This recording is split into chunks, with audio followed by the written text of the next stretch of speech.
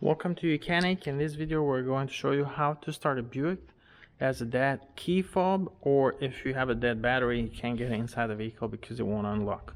So the first thing you'll need to do is take your key, and even if your key doesn't look like this, the thing to keep in mind is that it will have an emergency key inside.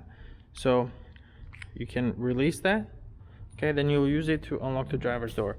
Now the driver's door usually has this cap right there, but what you'll do is you can take the metal blade and then you insert it on this hole right here at the bottom.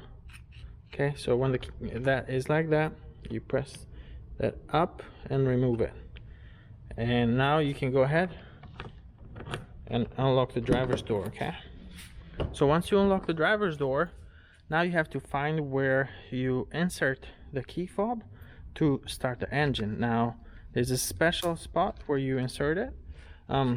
It's going to be typically right here by the center console. It's going to be either by the cup holder right there, or in this Buick enclave that's right here, in the central armrest. Sometimes there's a pocket towards the front, but you could try all these three positions. You just put the key there, then you come press start. If you're jump starting the car, make sure you have it connected to another vehicle or a jump box, and then go ahead and start it. If the vehicle starts